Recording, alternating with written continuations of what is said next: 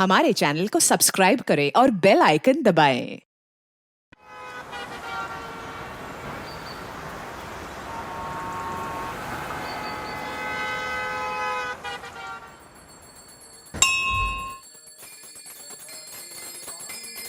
धर्म चाहे कोई भी हो, धार्मिक स्थल चाहे कोई भी हो, श्रद्धा और विश्वास लोगों को वहां खींच ही लाता है।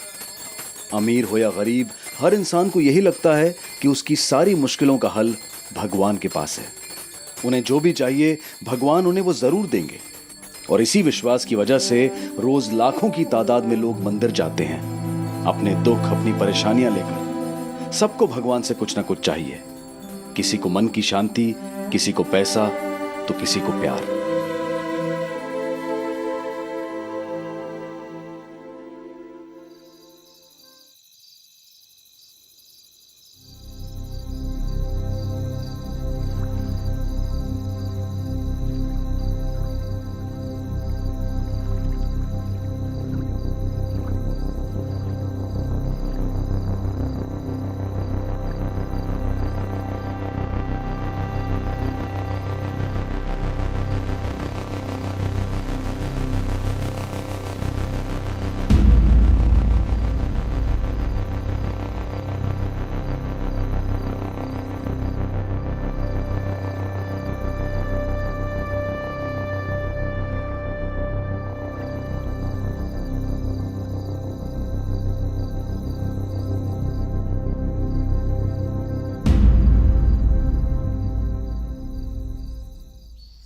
ओम कृष्णेन रजसा वर्तमानो निवेशयन्नमृतं मृतं चाहिरण्येन सविता रथेन देवो याति भुवनानि पश्यन्। ओम जपाकुसुम संकाशं काश्यपेयं महादुतिम्। ओम जपाकुसुम संकाशं काश्यपेयं महादुतिम्।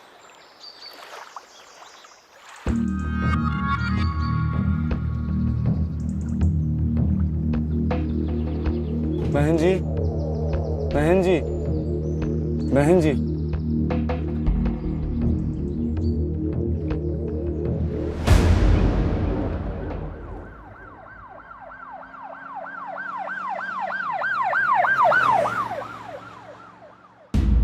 पारेख, इसके शरीर पे घाव के निशान तो हैं, लेकिन पुराने हैं। सर, कहीं ये आत्महत्या का केस तो नहीं? अब ये हत्या है या आत्महत्या, ये तो पोस्टमार्टम के बाद ही मालूम पड़ेगा। ध्यान से देखो इसको। इसने शादी का जोड़ा तो पहना है, लेकिन इसके शरीर पर कोई भी जेवरात नहीं है। यहाँ तक कि इसके गले में मंगलसूत्र भी नहीं है। मतलब किसी ने गहनों के लिए मारा है इसे? शायद। सर, मंदिर में काफी लोग जानते थे इसे, वहाँ रोज पूजा के लिए आते थे। इसका एड्रेस पता कर लिया है हमने। पारिक, एक काम करो, फॉरेंसिक्स को इन्फॉर्म करो और इसकी बॉडी को पोस्टमार्टम के लिए भेजो, ठीक है? जी सर। इंसान जब हर तरफ से परेशान हो जाता है तो वो भगवान के घर में जाता है, लेकिन अगर भगवान के घर में भी वो सुरक्षित ना हो तो कहां जाए वो? मंदिर में एक औरत का लाश मिलना बात नई जरूर थी, पर हैरानी की नहीं। धार्मिक जगहों पर लोग पूरी श्रद्धा और विश्वास के साथ जाते हैं, बिना किसी डर या शक के। लेकिन कुछ स्वार्थी और लालची लोग उनके इसी विश्वास का गलत फायदा उठाने की कोशिश करते हैं। अपने और अपने परिवार के लिए प्रार्थना करने आए लोग कभी सपने में भी नहीं सोच सकते कि यहाँ उनकी जान को खतरा हो सकता है, पर ऐसा हुआ। और ऐसा हुआ सूरत के एक मंदिर में। हमेशा धमकाता रहता था वो। साहब, आज उसने सचमुच मेरी बच्ची को मार डाला। साहब, ये उसके पति नहीं किया है। आप उसे मत छोड़ना, आप उसे साहब मत छोड़ना। पहले क्यों नहीं मिली मुझे? शादी कर लेता मैं तुमसे। अच्छा, और जब मन भर जाता तो किसी दूसरी को बुला लेते, जैसे मुझे बुलाते हो सुधा के जाने के बाद। अच्छा, ताना दे रही हो? तो ये सब हो रहा है मेरे पीठ पीछे? कब से चल रहा है ये सब?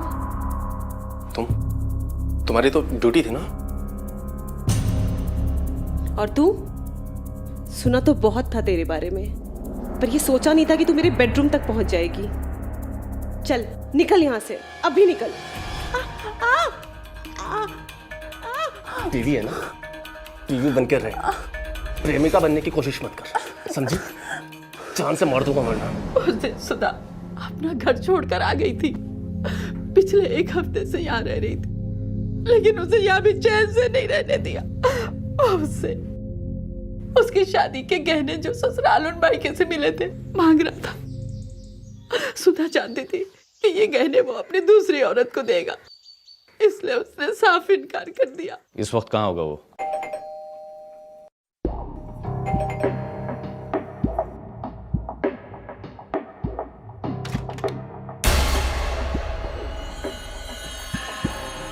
अखिल शाह, जी। सुधा तेरी पत्नी थी?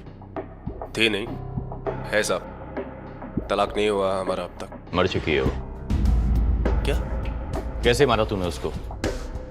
बोल बोल। ए, रुक रुक।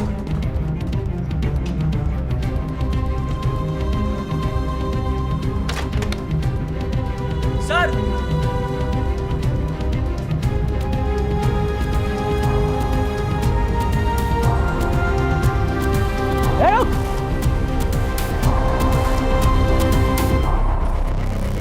चल पकड़ उसको, उतार नीचे, उतार नीचे।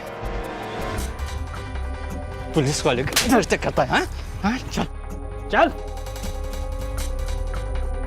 हसमुख, लेडी कांस्टेबल बुला।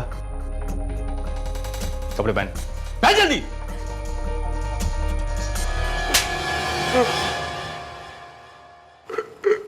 तुझे मेरे पूछने का शायद तरीका पसंद ना आए, इसलिए सच सच बता दे। मैं डर गया था सर, इसलिए भाग रहा था। जब तूने कुछ किया ही नहीं तो डरा क्यों? 2 दिन पहले उसने मुझे कहा था सर, वो कुछ ऐसा करने वाली है जिससे मेरी अकल दिखाने आ जाएगी। आपने जब उसकी मौत की खबर सुनाई तो मुझे लगा कि वो मुझे फंसाने की कोशिश कर रही है सर। पुलिस को बेवकूफ समझता है तू? हाँ? नहीं सर। सच सच बता। सच बोल रहा हूँ। कल रात में तू कहाँ था? घर पर ही थे। मेरा यकीन मानो, हम दोनों कल रात को घर पर ही थे। ज्वेलरी कहाँ है? कौन सी ज्वेलरी? तेरी पत्नी की ज्वेलरी, सुधा की ज्वेलरी जिसको मारकर तूने छुपाया है। मेरा यकीन मानिए सर, मैंने अपनी बीवी को नहीं मारा। मैंने उसकी कोई ज्वेलरी नहीं ली। आप चाहे तो मेरे घर की तलाशी ले सकते हैं। कहीं ऐसा ना हो तलाशी में गहनों के साथ साथ कोई दूसरा सबूत मिल जाए, क्योंकि अगर ऐसा हुआ तो 2-4 साल की कैद नहीं बल्कि सिर्फ फांसी होगी तुम्हें। प्लीज मुझे बचा लो, मैंने कुछ नहीं किया, मैंने कुछ नहीं किया। तुम्हें बचाना हमारे हाथ में नहीं, तुम्हारे खुद के हाथ में। इसलिए अभी भी कहता हूँ कि अपने जुर्म को कबूल कर लो और पुलिस की गवाह बन जाओ। हो सकता है तुम्हारी सजा कम कर दी जाए। जब जुर्म किया ही नहीं तो कबूल कैसे कर लूँ सर? हाँ, झगड़ा जरूर होता था मेरी बीवी के साथ, लेकिन इसका मतलब ये तो नहीं कि मैं उसे जान से मार दूँ। मेरा यकीन मानिए सर, मैं शरीफ आदमी हूँ। शरीफ आदमी है? तेरी शराफत अच्छी तरह से मैं देख चुका हूँ, वो भी तेरे बेडरूम में। सर बहुत ही पहुंची हुई चीज है, इतनी आसानी से नहीं बोलने वाला। मैं जानता हूँ कमीना है, लेकिन किसी का मर्डर करे उसमें इतनी हिम्मत नहीं है। सर, सुधा की पोस्टमार्टम की रिपोर्ट।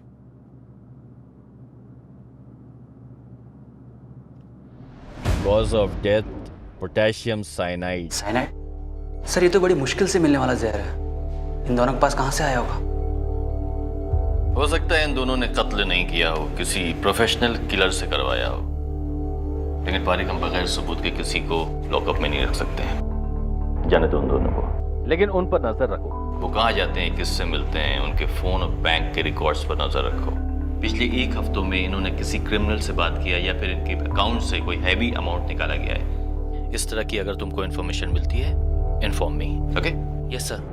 पुलिस का सीधा शक सुधा के पति पर गया, क्योंकि उसके कला नाम की औरत के साथ नाजायज संबंध थे। पुलिस ने 6 महीने तक सुधा के पति और कला पर नजर रखी, लेकिन पुलिस को उन दोनों के खिलाफ कोई सबूत नहीं मिला। अब तक पुलिस इसे एक साधारण हत्या का केस मानकर चल रही थी, लेकिन अचानक एक दिन अखबार में एक ऐसी खबर छपी जिसने पुलिस का इस केस को लेकर नजरिया ही बदल कर रख दिया। 6 महीने के बाद अचानक पुलिस को इस केस में नई दिशा मिली और ये केस पुलिस की सोच से कहीं ज्यादा पेचीदा और भयानक निकला।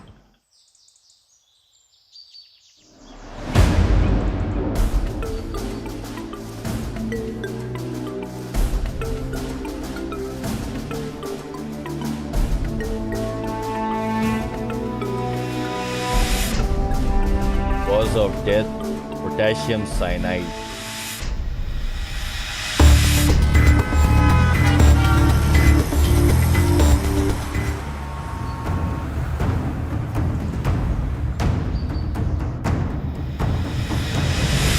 ससुराल वालों के दबाव में आकर इस बेचारे ने आत्महत्या कर ली सर। अब लड़का या लड़की पैदा करना औरत के हाथ में तो होता नहीं है सर। वन इन पढ़े लिखे लोगों को खानदान के लिए वारिस की जरूरत थी। दो बार जबरदस्ती से अबॉर्शन करा चुके थे सर। दिन रात कोसते थे, फिर तंग आकर यह औरत मंदिर गई और उसने जहर खाकर अपनी जान दे दी। सर सीधी सादी तो केस है सर। जितना इजी तुम इस केस को समझ रहे हो संपत, उतना इजी है नहीं, क्योंकि 6 महीने पहले मैंने इसी तरह के केस की इन्वेस्टिगेशन सूरत में की थी। तारिक, ये देखो, ये है विक्टिम। दोनों ही केसेस में औरत शादीशुदा थी, लेकिन मर्डर के वक्त जब वो पाई गई तो एक नई नवेली दुल्हन की तरह शादी के जोड़े में थी, लेकिन उसके जिस्म पर एक भी ज्वेलरी नहीं थी। दोनों ही केसेस में उसको साइनाइड देकर मारा गया और दोनों ही केसेस में उसको मंदिर पर ही मारा गया। संपत, गुजरात के छोटे बड़े सभी एरिया के पुलिस स्टेशन से यह पता करो कि इस पैटर्न के मर्डर्स और हुए हैं क्या? बिल्कुल सर।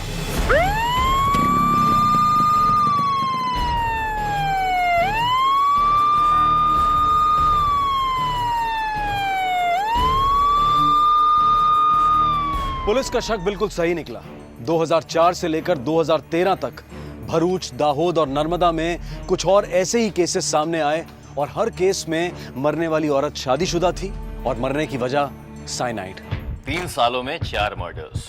और सब मर्डर्स का पैटर्न भी सेम है। मंदिर के पास औरत की लाश का मिलना, वो भी शादी के जोड़े में, और मौत की वजह साइनाइड। और सभी के शरीर से ज्वेलरी गायब। Yes sir. संपत, मुझे ये एक सीरियल किलिंग लगती है। किलर विक्टिम को लेकर मंदिर आता है, उसके बाद में उसकी हत्या करता है, बाद में सारी ज्वेलरी निकाल के महीनों के लिए गायब हो जाता है। पर सर सवाल यह है कि क्यों ये औरतें उसके कहने पे पूरी ज्वेलरी पहन के आती होंगी, वो भी अकेली।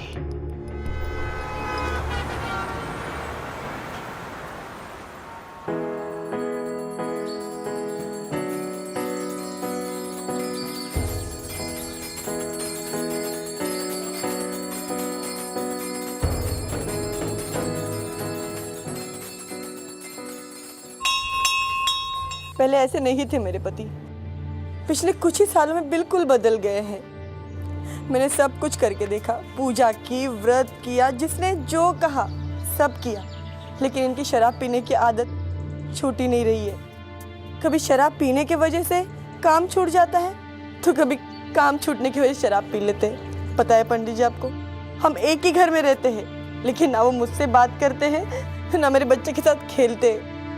अब आप ही कुछ उपाय बताइए पंडित जी। देखो बेटा, मंदिर में एक रजिस्टर है, उसमें अपना और अपने पति का नाम और साथ में गोत्र लिख देना। जब शाम को आरती करूंगा ना, तब तो दोनों के लिए भगवान से प्रार्थना करूंगा। सब ठीक हो जाएगा बेटा, चिंता मत कर। मेरा घर परिवार बचाने के लिए मैं जो हो सके मुझसे, मैं वो सब करूंगी। सब ठीक हो जाएगा। अलर्ट इशू करना पड़ेगा सर, खासकर टेंपल अथॉरिटीज को, ताकि वहां आने वाले लोगों को सचेत किया जा सके। इस केस के सभी विटनेस की फैमिलीज से, विटनेसेस से, यहाँ तक कि जहाँ पर मर्डर हुआ है वहाँ की प्रशासन से और जो लोग वहाँ पर रोज आते जाते हैं, उन सभी से पूछताछ करो। यस। मुझे यकीन है कि हमें जरूर कोई कॉमन लिंक मिलेगा इन केसेस के बीच में। क्लियर? यस। ओके। इससे पहले उस किलर का निशाना कोई और बने, हमें उसे पकड़ना होगा। We need to move fast on this. Yes. खूनी का मकसद और खून करने का तरीका बिल्कुल साफ हो गया था। धुंधली थी तो बस उसकी पहचान, और कुछ घटनाएं इतनी पुरानी हो चुकी थी कि उनसे जुड़े लोगों की याददाश्त भी धुंधला चुकी थी। अब खूनी को ढूंढना घास के ढेर में से सुई ढूंढने के बराबर था। पुलिस हर घटना स्थल का फिर से जायजा ले रही थी, लोगों के बयान इकट्ठा कर रही थी, सबूत ढूंढ रही थी। सभी विक्टिम्स के परिवार वालों से पूछताछ की जा रही थी, ताकि कोई ऐसा सिरा मिल जाए जिसे थाम के इस केस की तह तक पहुंचा जा सके। आपको कुछ भी पता हो, कोई भी इंफॉर्मेशन हो तो हमें बताइए। वो रोज मंदिर जाती थी, लेकिन एक दिन मंदिर से घर वापस ही नहीं आई। किससे मिलती थी? एक बूढ़ी औरत के बारे में बात कर रही थी। क्या उम्र होगी उसकी? शायद 50 साल के आसपास की होगी। इसका मतलब आप उससे मिल चुकी हैं। अगर आप उसे दोबारा मिलेंगे, क्या उसे पहचान लेंगी? नहीं सर, मैं उनसे नहीं मिली। आपने उसकी उम्र क्या बताई? ये कोई लगभग 40-50 साल। इन सारे केसेस में मर्डर्स के पैटर्न के अलावा दो बातें कॉमन है। पहली बात यह है कि ये सारी विक्टिम्स अपनी शादीशुदा जिंदगी से खुश नहीं थी, और दूसरी बात यह है कि ये मंदिर में एक मिडिल एजेड औरत से मिलती थी जो इनकी स्पिरिचुअल गाइड बनके इनको मार्गदर्शन कराती थी। पर सर प्रॉब्लम ये है कि इतनी सारी फैमिलीज में सिर्फ एक ही फैमिली ने देखा इस औरत को, और वो भी 3 साल पहले। उन्हें उसका हुलिया बिल्कुल भी याद नहीं, इसलिए हम स्केच भी नहीं बना पाए उसका। और सर रिसेंट केसेस में किसी ने उसे नहीं देखा, सिर्फ सुना है उसके बारे में। इसका मतलब ये है कि हम ये नहीं बता सकते कि ये काम सिर्फ एक औरत का या फिर उसके पीछे कोई गैंग इन्वॉल्व है। Sampat, yes sir. तुम एक काम करो, गुजरात के जितने भी टेम्पल्स हैं वहां पर अपनी पुलिस तैनात कर दो और उनको इत्तला कर दो अगर वो किसी औरत को शादी के जोड़े में देखें या फिर किसी अनजान औरतों से मिलते हुए देखें तो फौरन पुलिस को इन्फॉर्म करें। पर सर गुजरात में हजारों मंदिर है और हमारे पास इतनी पुलिस फोर्स नहीं है कि हर जगह पे उन्हें तैनात किया जा सके। तुम उन मंदिर को टारगेट करो जहां पर भीड़ भाड़ होती है, जहां पर लोग ज्यादा आते हैं, क्योंकि ऐसे क्राइम, ऐसे मर्डर्स, ऐसे हादसे भीड़ भाड़ वाले इलाकों में ही होते हैं। Okay sir. Is that clear?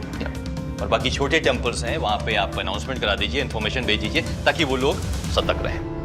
औरत अगर बर्दाश्त करने पे आए तो बहुत कुछ बर्दाश्त कर जाती है, लेकिन यहाँ तो मेरे पति ही मेरा इम्तिहान ले रहे हैं।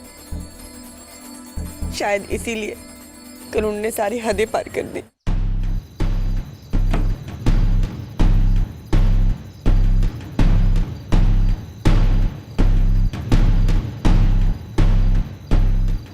खाना गरम करो। देखिए जरा आराम से बात कीजिए, अभी अभी नैना सोई है। अड़ोस पड़ोस वाले सारे हमारी बातें सुनते रहते हैं। ए, तुम मेरे को सिखाएगी कि मुझे मेरे घर में कैसी बात करनी है? तुम सिखाओगी? अच्छा, अब मेरे पास आने से भी तुम्हें तकलीफ होने लगी। बहुत छूट दे रखी है ना मैंने तुझे, हाँ? या कोई और ढूंढ लिया तूने? जोर दिखा, अब दिखा दिखा।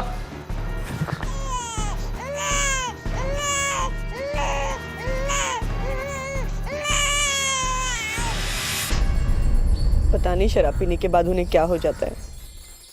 वो रहते ही नहीं है, कुछ और बन जाते हैं, शैतान बन जाते हैं वो। दुख जब लंबा चले ना तो समझ जाना सुख आने ही वाला है। सुख तो जैसे मैं भूल ही गई हूँ, पता नहीं कब आएगा। मैं याद दिला दूंगी, लेकिन उसके लिए तुम्हें सुहागन पूजा करनी पड़ेगी। सुहागन पूजा? हाँ, जो एक पत्नी दिन भर भूखी रहकर आधी रात को अपने पति को बिना बताए करती है। शास्त्रों में भी इसके बारे में साफ लिखा है। अच्छा? लेकिन पूजा थोड़ी कठिन है, पता नहीं कर पाओगी भी या नहीं।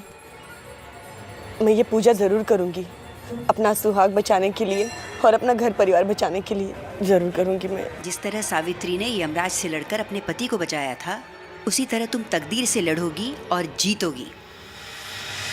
कृपया ध्यान दें, मंदिर के प्रांगण में किसी भी अनजान पुरुष या महिला से मेल जोल ना बढ़ाएं। उसके हाथ से प्रसाद या कोई भी अन्य खाने पीने की वस्तु ग्रहण ना करें।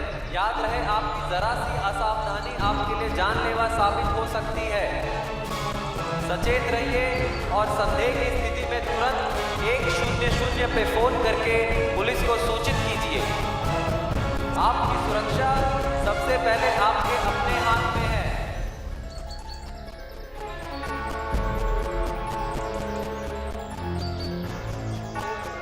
इतने सारे गहने पहनकर मंदिर में क्यों आई है? आपके साथ कोई भी वारदात हो सकती है। वो मैं, लेकिन याद रहे, अगर इस पूजा के बारे में तुमने किसी को बताया तो तुम्हारी पूजा असफल हो जाएगी। नहीं, मैं इस पूजा के बारे में किसी को नहीं बताऊंगी, कभी नहीं बताऊंगी। यहाँ आप अकेली आई हैं या आपके साथ कोई और है? मेरे साथ मेरे पति आए हैं, प्रसाद लाने गए हैं, इसलिए मैं शादी के जोड़े और पूरे गहनों के साथ आई हूँ। अच्छा ठीक है, लेकिन थोड़ा सतर्क रहिए। हाँ।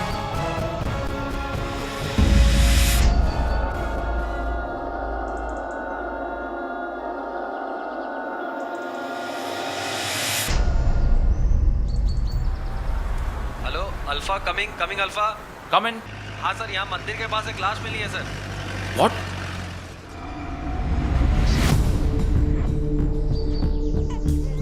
पीछे हटो तुम लोग, पीछे पीछे हटिए।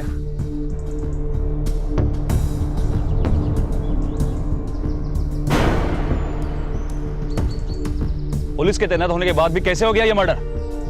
किसकी ड्यूटी थी यहाँ पे? सर, इतने सारे गहने देखने के बाद मैंने इन्हें वार्न किया, लेकिन इन्होंने कहा था ये अपने पति के साथ आई है। पति के साथ?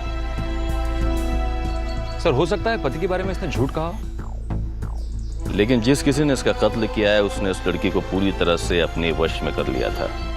Full confidence.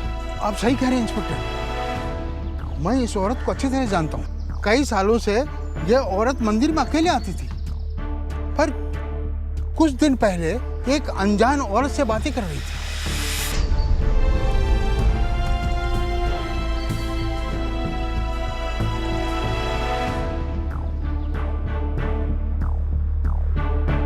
पंडित जी, आप उस औरत का नाम जानते हैं? अच्छी तरह से तो नहीं जानता, लेकिन लोग उन्हें रेखा बहन के नाम से बुलाते हैं।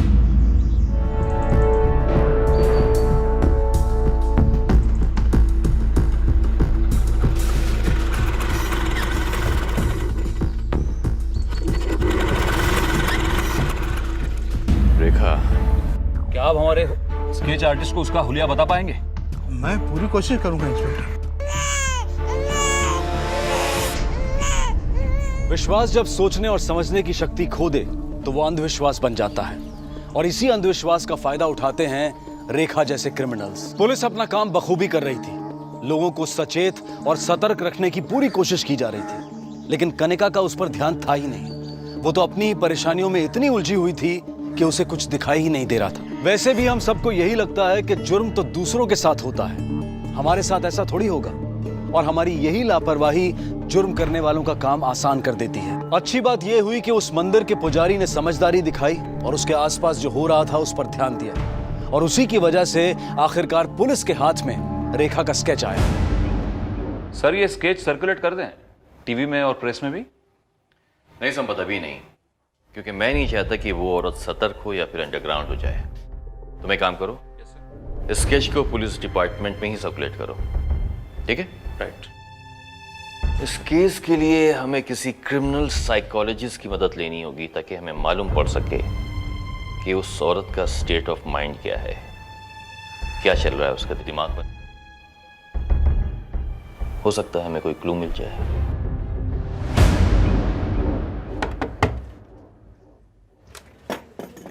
अरे माँ, बड़े दिन लगा दिए। एक मिनट, ये भी दो। नहीं, ये नहीं, ठीक है। अच्छा है बिट्टू। ए बाबू, अच्छा बता, तुझे नानी की याद आई? कितनी याद आई बता? ओह इतनी याद आई, मुझे भी तेरी बहुत याद आई, बहुत याद आई। तो क्यों करती हो ये सब माँ? क्या जरूरत है यहाँ वहाँ जाकर जागरण में कीर्तन करने की? अरे ये सब पैसे के लिए थोड़ी ही ना करती हूँ मैं। अगर पैसे की चिंता होती तो वो मोटा भाई का काम क्यों छोड़ती? मुझे इससे मन की शांति मिलती है। अच्छा लगता है मुझे भगवान के कदमों में रहना, उनके गीत गाना, और अगर मन की शांति के साथ पैसा मिले तो क्या बुरा है? हाँ, बुराई वाली बात नहीं है माँ, पर तुम्हारी उम्र है क्या ये सब करने की? अरे जब तक हाथ पैर चल रहे हैं मुझे काम करने दे, फिर तो आराम ही करना है ना? अच्छा सुनो, तुम अभी ये खा लो। चलो अपन खाते हैं, आजा। खाएगा? इंटरेस्टिंग फैक्ट ये है, कई सारे केसेस में जहां विक्टिम ने चांदी के गहने पहने, जैसे कि टोरिंग, पायल, इस औरत ने उन्हें छुआ भी नहीं है। आई थिंक गोल्ड के लिए अजीब सी फिक्सेशन है इस औरत में। हो सकता है गोल्ड को पाने की इच्छा या लालच इसे सारे मर्डर्स करवा रहा हो।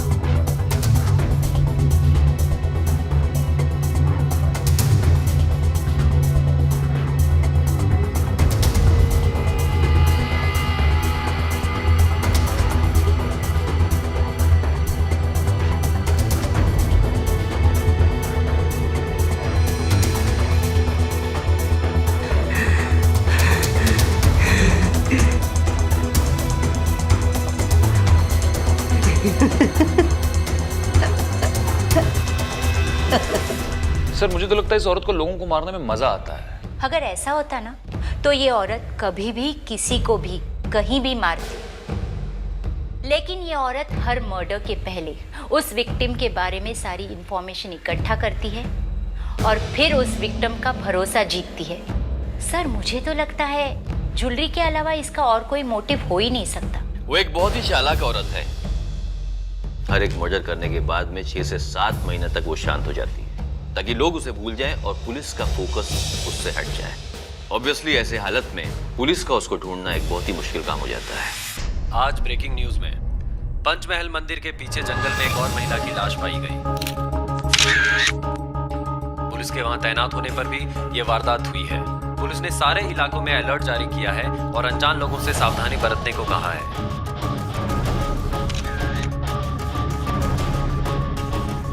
बताओ, आजकल मंदिरों में भी इंसान सेफ नहीं है, इसीलिए आपको समझाती रहती हूँ भीड़ भाड़ वाली जगहों में तो जाने का जैसे जमाना ही नहीं रहा है। अब नहीं जाऊंगी, बस खुश।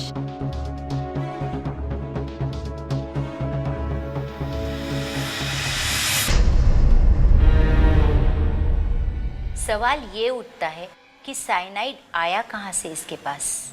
इस सवाल का अगर जवाब मिल जाता डॉक्टर तो बहुत सारे सवाल के हल निकल आते हैं। हो सकता है ये औरत दोहरी जिंदगी जी रही हो और फिर जहाँ ये जॉब करती हो वहाँ साइनाइड का इस्तेमाल होता हो। लैब असिस्टेंट या फिर केमिकल फैक्ट्री वर्कर। ऑब्वियसली ज्यादा पढ़ी लिखी नहीं है तो हायर पोस्ट पे नहीं होगी। संपत में काम करो, गुजरात में किन किन कारोबार में साइनाइड का इस्तेमाल होता है उनकी एक लिस्ट बनाओ। बिल्कुल सर।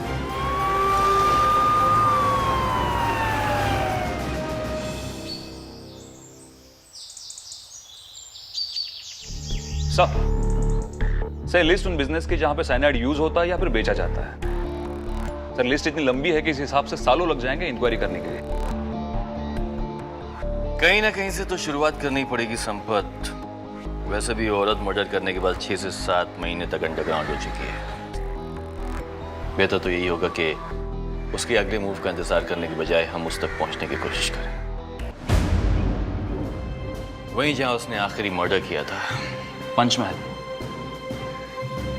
पंचमहल। अरे अरे अरे रेखा बेन, तुम कब आई? अरे इस बार तो काफी दिनों के बाद आई हो। जी मोटा भाई, वो क्या है ना, भगवान के कदमों में एक बार दिल लग जाता है तो आने का मन ही नहीं करता। आप हाथ ठीक से काम कर रही है ना? हाँ हाँ, तुम्हारी तरह। अरे माँ तुम यहाँ? तुम्हारे लिए गरम गरम खाना लाई थी। आजा बैठ। अरे माँ कितनी बार तुमसे कहा है कि यहाँ केमिकल है, यही ना? अरे बाबा वो केमिकल क्या बोतल से निकल कर तेरी प्लेट में आ जाएगा? माँ तुम्हें पता है साइनाइड कितना ज्यादा डेंजरस होता है, अगर गलती से भी हाथ लग गया तो? अरे बाबा बरसों काम किया है मैंने यहाँ, खाना ठंडा हो जाएगा, जा हाथ मुंह धो के आ। अरे जा।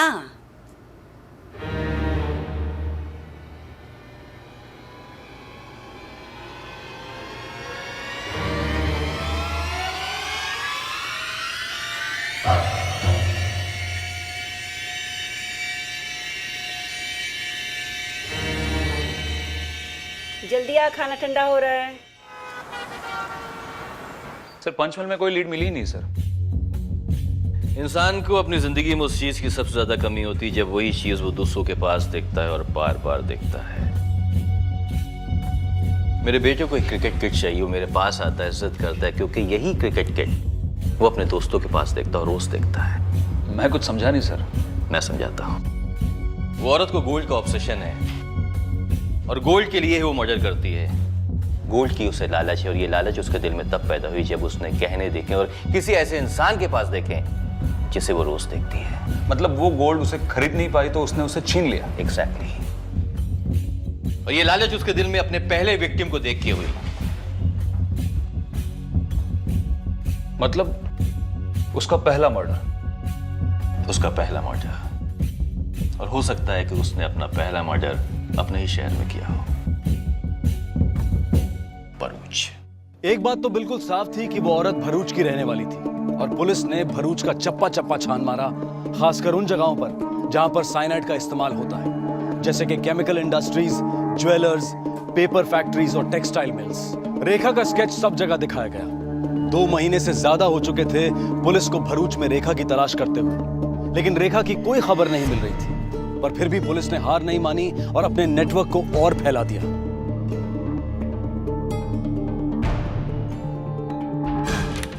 इस औरत को देखा है आपने कहीं? पर आखिरकार पुलिस को रेखा मिल गई। गौर से देखिए।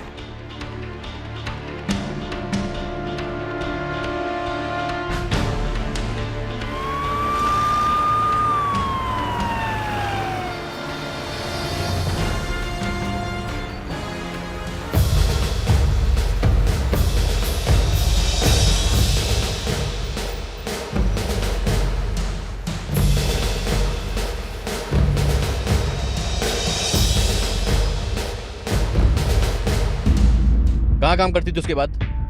जागरण करती है और माता की चौकी करती है। माता की चौकी करती है, अच्छी तरह जानता हूँ।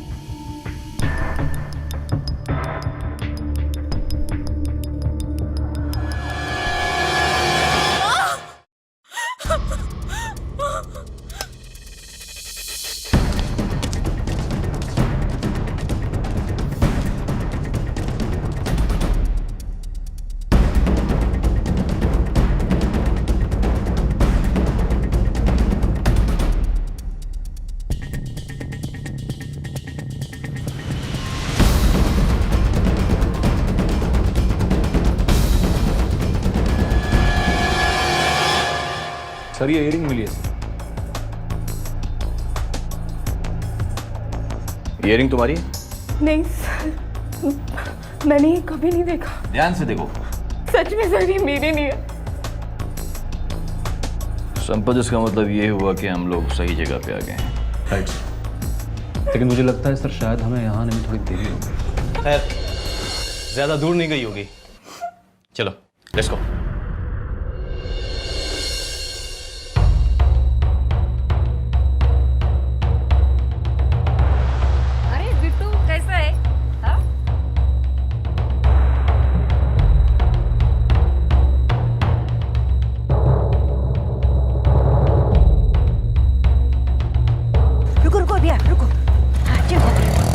पता नहीं वहाँ बिट्टू को लेकर क्यों चली गई। कितनी उम्र थी उसकी? 5 साल। मिल जाएगी जल्दी। Sampat, yes sir. Control room का अलर्ट करो, हर व्हीकल चेक करो। इस बार बच्ची नहीं चाहिए वो। मौसी, हेलो। मौसी, कंट्रोल रूम। आपने बिट्टू को कहीं देखा? अभी लेके गई कहाँ? वो, अभी गई वो। क्या हुआ? पुलिस क्यों आई? हाँ, मुझे घर जाना है, पर मुझे भूख लगी है। तुझे चॉकलेट कौन लाके देता है? आप। मैं लाके देती हूँ ना, तो अभी चुप बैठ। पर मुझे भूख लगी है। जब यहाँ से उतरेंगे तो कहीं खाना खा लेंगे। आई बात समझ में? और अभी हल्ला किया ना तो वो जो पुलिस देख रहा है ना, वो पकड़ के ले जाएगी तेरे को। समझा? चुप रह। देख देख पुलिस।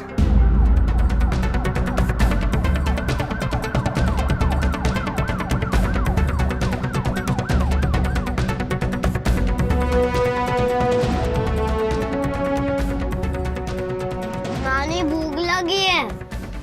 चल बेटा यहीं उतर जाते हैं। लगता है यहाँ देर हो जाएगी। मम्मी राह देख रही होगी ना। हाँ भैया ले लो। अच्छा चल जल्दी आ। अच्छा कमेंट। सर आईएसपीडी सिग्नल पे सर एक औरत और एक बच्चा पाया गया है। सर चारों तरफ से तो नाकाबंदी लगी हुई है। आगे तो सिर्फ फ्लाईओवर पड़ता है। सर क्या इंस्ट्रक्शन है? से कहो कि हम पहुंच रहे हैं और दोनों तरफ से फ्लाईओवर बंद कर दें। हम लोग पहुंच रहे हैं, फ्लाईओवर दोनों तरफ से बंद कर दो। फ्लाईओवर बंद कर दो दोनों तरफ से।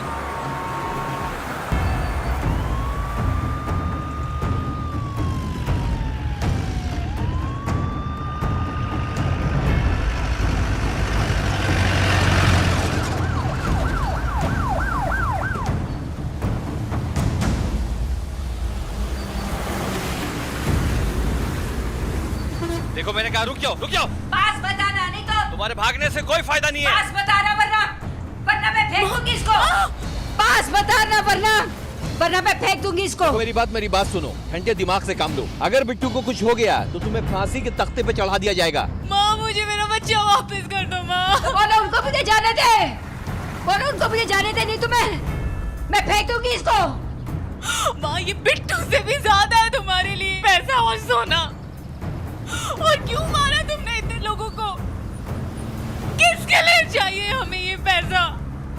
तुमको लगता है ये सब मैंने पैसे के लिए किया है? अरे उन गहनों को तो मैंने छुआ तक नहीं, सबको संभाल के रखा हुआ है। और वो औरतें, वो तो गहना पहनने के लायक ही नहीं है। सोना सिर्फ उसके पास होना चाहिए जिसे सोने से प्यार हो, उसको सोने की कदर मालूम हो।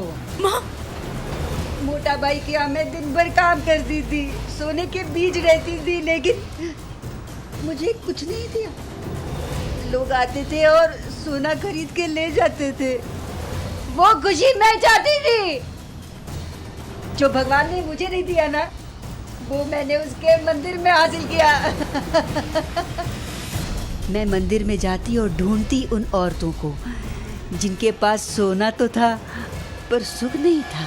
8वीं बार साष्टांग प्रणाम, ताकि ईश्वर तुम्हारे पति को सीधा और सच्चा रास्ता दिखाए। तुम अपने मंजिल के एकदम करीब हो। 9वीं बार साष्टांग प्रणाम, ताकि ईश्वर तुम्हारे पति को हिम्मत दे अपनी गलतियां मानने की और उसे सुधारने की। ये पूजा और कितनी बार करनी पड़ेगी माँ जी मुझे? बस पहली और आखिरी बार, इसके बाद बस सुख ही सुख, आनंद ही आनंद। लो चरणामृत पियो, लो।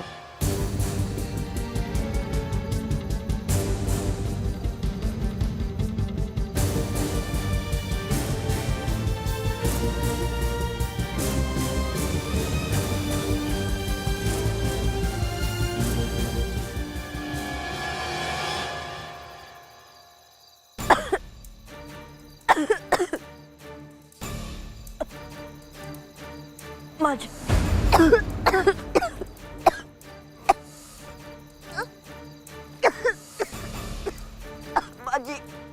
मुझे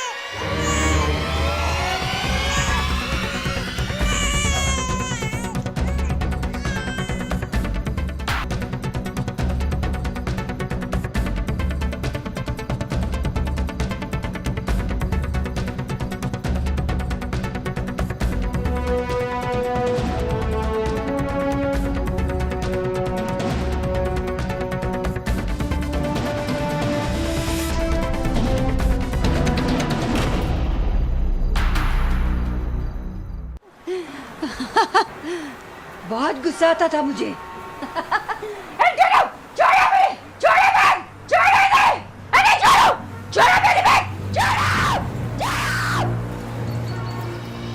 जुर्म चाहे कितनी भी चालाकी और सफाई से क्यों ना किया जाए, सामने आ ही जाता है। बेशक पुलिस को इस गुत्थी को सुलझाने में काफी लंबा अरसा लग गया, पर आखिरकार रेखा जेल में थी, सलाखों के पीछे।